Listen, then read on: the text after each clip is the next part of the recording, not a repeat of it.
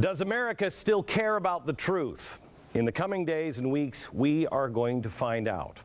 Our tolerance of lies and corruption is phenomenal, and it is being tested now. If we fail, I am afraid of the monster that we have created. The lies we are seeing now are breathtaking. On Benghazi, gun running, the administration's involvement in running weapons to rebel groups in Syria through Turkey, breaking international law. And yet nobody's really reported on that. Also, the arming of members of Al-Qaeda and other terrorist groups in the process. The order to stand down a U.S. ambassador and other Americans under assault in Benghazi. Someone ordered the U.S. military to stand down, to abandon our military, causing the deaths of 4. Then, to blame America, our freedoms and Americans, providing what I believe is aid and comfort for the terrorist, while blaming American citizens for doing something they didn't do. On the IRS inquisition, targeting groups with Tea Party, Patriot, or 9/12 in their name, targeting groups that criticize the government and sought to educate Americans about the U.S. Constitution, targeting of groups that just, and this is a quote, want to make America a better place to live. That puts you on a target list. And the targeting of pro-Israel groups that are connected to Israel. We have been lied to for so long every step of the way, and they are piling more lies on top of lies today. Hillary Clinton and her staff at the State Department, the IRS, Jay Carney, the president today spoke. It was unbelievable. As the facts come to light, the media is, I think, being shamed into coverage for the time being. They either have lied, they're incredibly stupid, or they're part of the cover-up.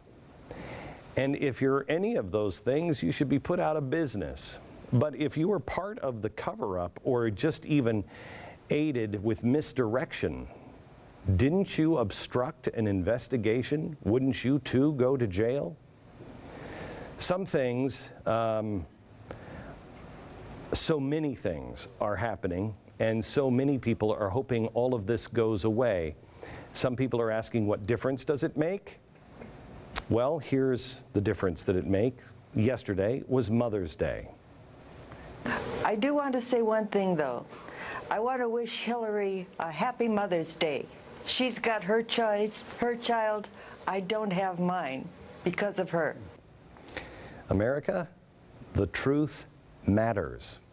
We continue to search for it next. The right side of the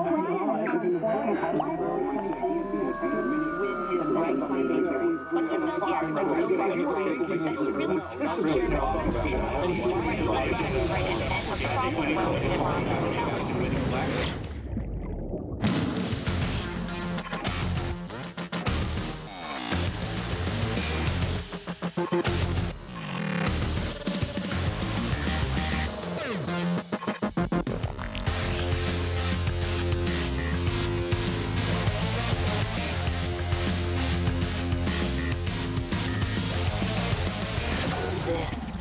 This is the Glenn Beck Program. Oh, this is unbelievable. Hello, America, and welcome to the Glenn Beck Program, End of the Blaze. This is called The Mosaic. This is how we see what people are reading on The Blaze. I haven't seen a couple of these stories. No possible justification. Associated Press livid after DOJ secretly obtains 2 months of its phone records. Oh, really? Now, you watch, now they'll care. Submit Beck's passionate breakdown of the IRS inquisition of conservative groups. Did Obama cry while answering Benghazi questions during the press conference? No, but I will tell you this. I believe you're going to see this guy turn into a monster. If they actually do start to push him, he's going to flip. He's never been pushed. Ever in his whole life. What does he do when they start pushing? Horrifying. This story on Dubai, this woman is just, this is an amazing story. Why the IRS scandal should lead to his impeachment. The Gosnell story, that is actually, the results are in now. It says in soon, but it is in now. He is guilty on 3 counts of first-degree murder. Well, that's good. For a while there, I wondered if we were going to send that monster to jail, but apparently, after I think it was 10 or 11 days of deliberation, they finally said, yeah, I think he's guilty. Tonight I want to cover two scandals. And in these two scandals, Benghazi and the IRS, remember that timing is everything. Just last week, it was a week ago Saturday, the president was speaking to graduating students, and of all of the message that he could deliver to people, here's the one he thought was the important message. Unfortunately, you've grown up hearing voices that incessantly warn of government as nothing more than some separate, sinister entity that's at the root of all our problems. Some of these same voices also do their best to gum up the works. Wow. They'll warn that tyranny is always lurking just around the corner. You should reject these voices. This is one of the most incredible things. Because what they suggest is that our brave can't take his voice anymore. To actually hear this guy, this is exactly the opposite of George Washington. This is the opposite of Kennedy, for the love of Pete. No president ever says, don't worry about government tyranny. Are you kidding me? That's what has made us America. And it's something really bizarre for the most powerful man on the planet to say. It kind of reeks of, hey, here's my license and registration, officer, and by the way, there's nothing absolutely of interest in the trunk, so you shouldn't look. The definition of tyranny: cruel or oppressive government rule. Oppressive rule, the unjust exercise of authority. Now, what would that mean? The unjust exercise of authority.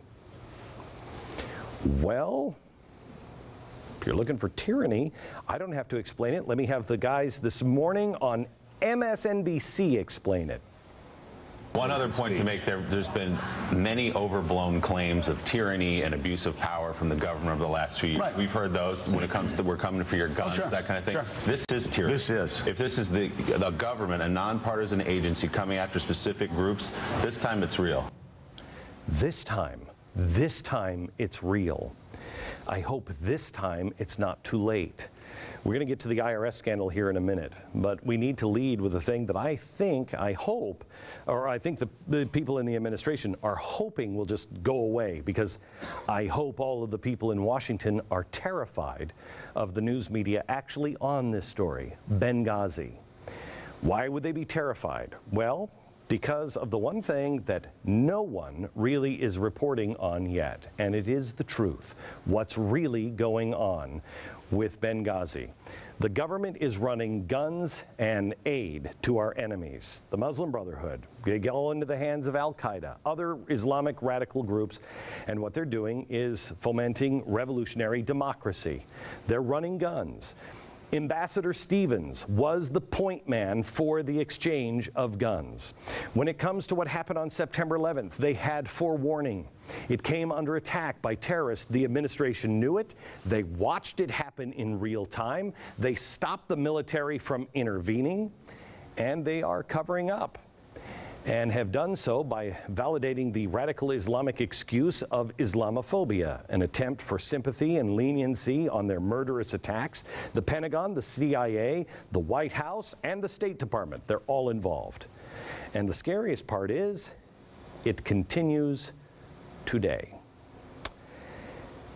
No one will speak out about this yet, but it's coming. I believe this to be the worst scandal and worst cover-up in our nation's history, and we've had some bad scandals. The president wants you to look away from this, but we mustn't as a country. If we don't solve this problem this time around, God help us, because this administration will be completely out of control. On September 11th, 2012, the president was informed of an ongoing attack in Benghazi. He then decided, strangely, to announce to the world 2 days later that he just turned in for the night. And he said, you just tell me what happens in the morning. That should have been the media's first red flag. Wait a minute. The guy is running for re-election in the middle of a campaign. There's an ambassador that's killed. Why would he come out and say, yeah, I was a little sleepy, I went to sleep? They were protecting him. They're saying, Mr. President, if this ever gets out, you couldn't be in the room. That was the first red flag. But let's review on what they said. First of all, Hillary Clinton, Susan Rice, and the president said that the best intelligence suggested that Benghazi was the result of a spontaneous protest gone bad. We've seen rage and violence directed at American embassies over an awful internet video that we had nothing to do with. What happened in Benghazi was, in fact, initially a spontaneous reaction to what had just transpired hours before in Cairo, almost a copycat of the demonstrations against our facility in Cairo, which were prompted, of course, by the video. It began spontaneously in Benghazi as a reaction to what had transpired some hours earlier in Cairo, where, of course, as you know, there was a violent protest outside of our embassy. We saw no evidence to back up claims by others that this was a pre-planned or premeditated attack. That we saw evidence that it was sparked by the reaction to this video. This is unbelievable. Crude and disgusting video sparked outrage throughout the Muslim world. This is a really important time. This September 25th, really important time, because the president said today, he said he released somebody to go up to Capitol Hill and say it was an attack. Yet 2 or 3 days later, he said this. So which is it, Mr. President? It's only getting worse for them. Every day that goes by, the more they're on the record, the worse it gets. They said there was no indication that what happened in Libya was terrorism. So I'm simply saying that based on the information we initially had available and have available, we do not have any indication at this point of premeditation or pre-planned attacks. Okay, here's the truth. No protest ever took place. When Ambassador Stevens talked to you, perhaps minutes before he died, as a dying declaration, what precisely did he say to you? He said, Greg, we're under attack. Would a highly decorated career diplomat have told you or Washington had there been a demonstration outside his facility that day? Yes, sir, he would have. Did he mention one word about a protest or a demonstration? No, sir, he did not. No intelligence report, phone call, evidence, or anything ever suggested otherwise. In fact, every report from the ground indicated this was clearly a coordinated terror attack planned by a group, not an act of terror by angry protesters. When caught in that lie, the White House tried to shuffle the blame onto the CIA, saying the Benghazi talking points that blamed the video were put together by the intelligence community. Those talking points originated from the intelligence community. They reflected the IC's best assessments of what they thought had happened. Right. Here's the truth. There was an extensive amount of input from the State Department, specifically Hillary Clinton's spokesperson, concerning the edits. I have obtained 12 different versions of those talking points that shows that they were dramatically edited by the administration. Dramatically. Jay Carney said the administration made one change to the talking points, one. And the only edit made by the White House or the State Department to those talking points generated by the CIA was a change from referring to the facility that was attacked in Benghazi from consulate, because it was not a consulate, to diplomatic post. I think I had referred to it as just diplomatic facility. I think it may have been to diplomatic post. That is incredibly specific. But here's the truth. There were 12 major revisions that went well beyond stylistic. Jay Carney said the edits didn't change the substance of the talking points. But the point being, it was a matter of non-substantive factual correction. Right. Anybody watch last week? Buck Sexton was on, and he had it all on a chalkboard, all of the changes. The truth is, the State Department edits deleted all reference to the al-Qaeda-affiliated group Ansar al-Sharia, as well as references to CIA warnings about terrorist threats in Benghazi in the months preceding the attack. The edits prove the administration knew from day one that this was a planned terror attack, and specifically went out of their way to provide cover for the terror groups involved in the attack. Why? And then why would you instead direct the blame on America and American freedom and a filmmaker. It proves that Hillary Clinton lied in the face of families of the fallen Americans while she gave that speech when she said, we are going to do everything we can to make sure the guy who made this video goes to jail. And they put him in jail. Hillary Clinton also said there was no advanced intelligence that warned of an attack. And with all of our missions overseas in advance of September 11th, as is done every year, we did an evaluation on threat streams.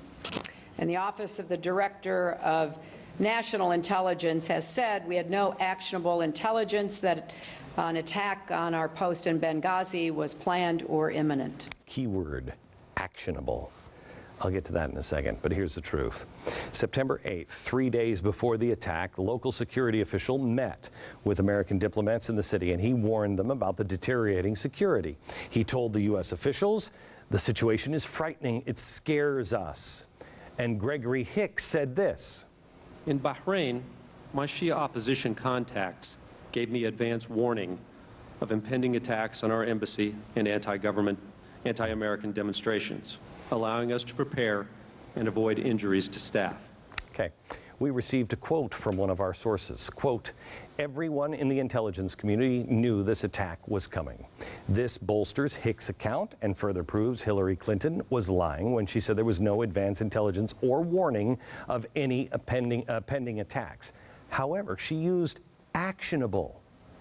Well, if you want to excuse her by using the word actionable, then we have to know the answer to this question. Why were you confused? Why did you swear you were going to arrest a filmmaker? Because you did have intelligence. Maybe it wasn't actionable at the time, but once it broke, you knew. Just a few hours ago, about noon, the president again talked about the video. Here's what he said today. Immediately after this event happened, we were not clear who exactly had carried it out, how it had occurred, what the motivations were. It happened at the same time as we had seen attacks on U.S. embassies in Cairo as a consequence of this film. Unbelievable. But here's the truth. There was no protest in Benghazi. It was an attack. The protests in Egypt weren't about the video either. He's lying again. We know that the 9/12 Egypt protests were about the imprisonment of the blind sheik, a terrorist serving a life sentence in the States for his role in the '93 World Trade Center bombing. So he's making this up yet again.